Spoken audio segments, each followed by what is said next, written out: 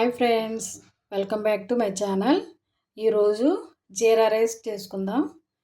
చూడండి, దానికి కావాల్సిన పదార్థాలు చాలా టేస్ట్గా బాగుంటుంది. చూడండి, ఇది నార్మల్ రైస్ తీసుకున్నాను. దీన్ని శుభ్రంగా కడుక్కొని 2 సార్లు అన్నం వండుకోవాలండి ముందు. ఓకేనా? దానికి కావాల్సిన పదార్థాలు చూద్దాం. ఇదిగోండి, 1 స్పూన్ జీలకర్ర,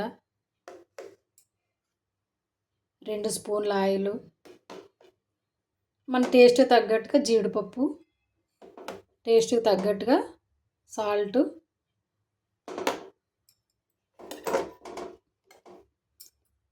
పచ్చిమిరపకాయలు ఒక 2, మన కారానికి తగ్గట్టుగా వేసుకోవచ్చు.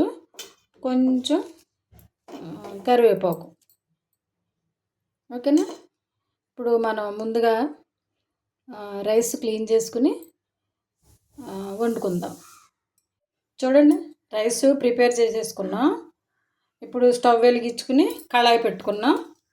ఇప్పుడు కళాయి వేడైన తర్వాత ఆయిల్ పోసుకుందాం.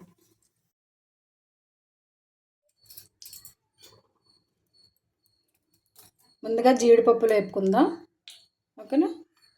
జీడిపప్పులు వేసేసుకుందాం.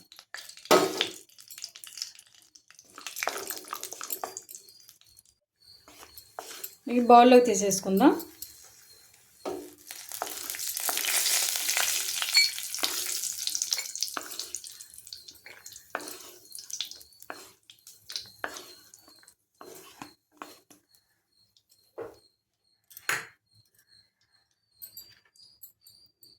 పచ్చిమిరపకాయలు వేసుకుందాం.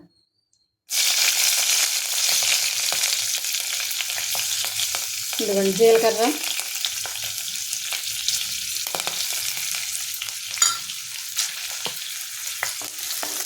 ఆయిల్ కూడా ఎక్కువ పట్టదండి.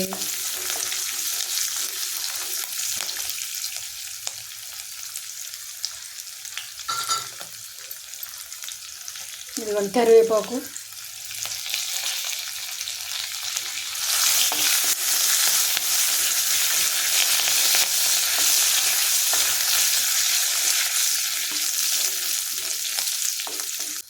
ఇప్పుడు రైస్ వేసేసుకుందాం. స్టవ్ సిమ్లో పెట్టుకోవాలి.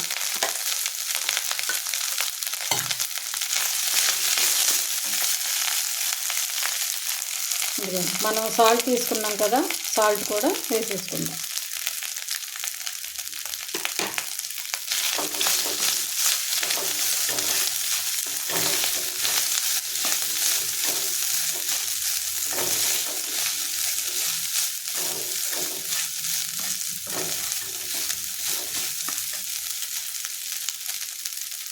మనం వేయించి పక్కన పెట్టుకున్నాం కదా జీడిపప్పులు, అవి కూడా వేసేసుకొని కలుపుకుందాం.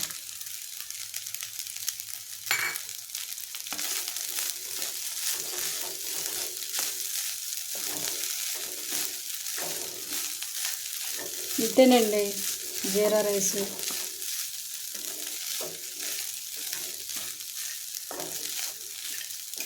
ఇందులోకి ఏ కర్రీ అయినా బాగుంటుంది.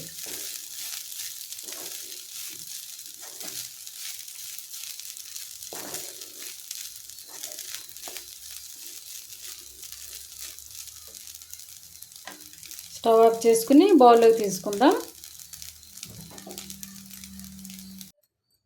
ఎందుకంటే జీరా రైస్ ప్లేట్లోకి తీసేసుకున్నాం. దాని కాంబినేషన్గా ఏ కర్రీ అయినా బాగానే ఉంటుంది. ఎన్వి తినొచ్చు, మామూలు వెజ్ కర్రీ, లేకపోతే రైతాతో కూడా తీసుకోవచ్చు. వేసవకాలం కడుపులో బాగుంటుంది, చల్లగా ఉంటుంది. అంటే మసాలాలు ఏమి లేవు కదా, అందులో జీరా రైస్ అంటే అరుగుదలకు బాగుంటుంది. ఓకేనా? మీరు కూడా ట్రై చేయండి. ఓకేనా? ఈ వీడియో కనుక మీకు నచ్చితే లైక్ చేయండి, షేర్ చేయండి, సబ్స్క్రైబ్ చేయండి. మీ ఫ్రెండ్స్కి, నైబర్స్కి, రిలేటివ్స్కి అందరికీ షేర్ చేయండి. ఓకేనండి? Thank you for watching. Bye.